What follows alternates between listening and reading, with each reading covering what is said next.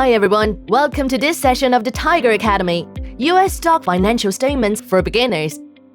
In the previous lesson, we reviewed everything that you've learned so far, and I give you 4 phrases to memorize. Do you remember them? In today's class, I'll teach you another very cool method to analyze financial reports, DuPont analysis. DuPont analysis is used to comprehensively analyze the competitiveness of a company and to discover areas of operation that can be improved. At the core of this method is ROE.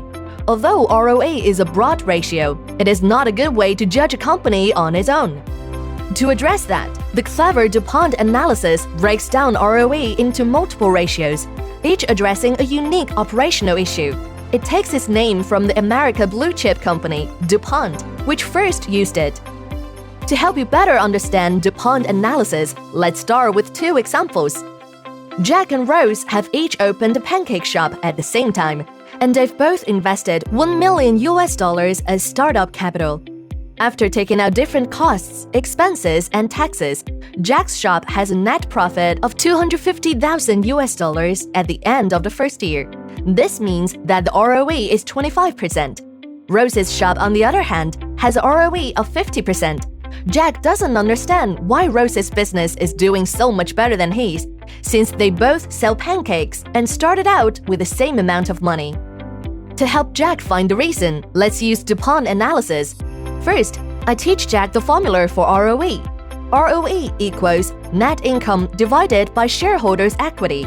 As Jack and Rose have the same amount of startup capital, for example, shareholders' equity, this formula can't be used to find a specific reason.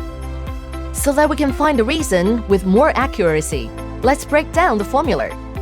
I'm breaking down the ROE formula into net profit margin, asset turnover, and equity multiplier. To make it more understandable, I'll further break down equity multiplier like this.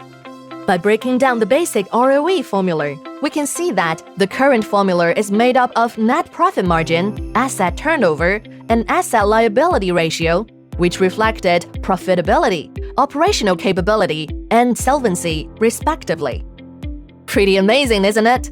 A ratio that, on its own, reveals very little can be transformed into the product of many ratios, which reveal lots of hidden information. This is why DuPont analysis is so useful. Having learned this method, Jack gets the financial data on Rose's shop and uses it to begin a DuPont analysis. First, he writes down the ROE of his own shop. 25% equals 20% multiplied by 6.25 multiplied by 20%. Then he writes down the ROE of Rose's shop. 50% equals 40% multiplied by 2.5 multiplied by 50%. Finally, using this method of breaking down the ratio, Jack finds the problem. Jack's shop has a lower net profit margin compared with Rose's shop. It turns out that, although the pancakes are similarly priced at both shops, Rose enjoys a much lower cost because her boyfriend is a flour supplier, and he gives her a much lower price compared to what Jack pays, resulting in a much higher net profit for Rose. Jack's shop, however, still has the advantage of an asset turnover that is twice that of Rose's shop. Apparently, his industry knowledge and his mastery of finance get good results for him too.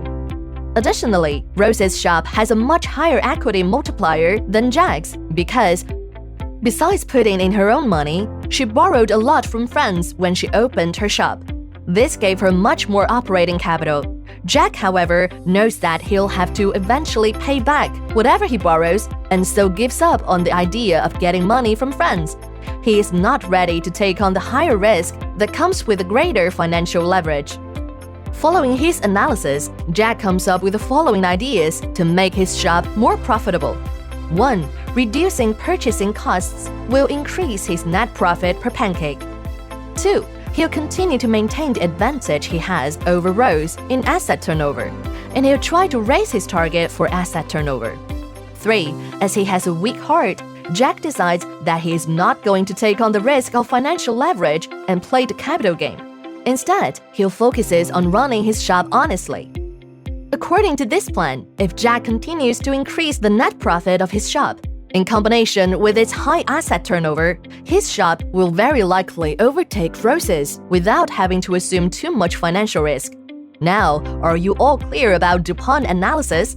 Simply put, DuPont analysis breaks down ROE into multiple constituent ratios to figure out why a company is doing well or poorly and to find ways to help it to improve its performance. In other words, DuPont analysis helps a company become more profitable, grow faster, and be stronger. In concrete terms, 1. Higher profitability. 2. Faster turnover. 3. Higher financial leverage. One thing to bear in mind is that you don't have to increase all three ratios at the same time. For example, Jack didn't increase his financial leverage because he didn't want to take on more risk than he already had. Therefore, our advice is that Jack concentrates on increasing the profitability and asset turnover of his shop in order to improve its operation. That's all for the DuPont analysis. To sum up, DuPont analysis breaks ROE down into net profit margin, asset turnover, and equity multiplier, which in turn represent profitability, operational ability, and solvency.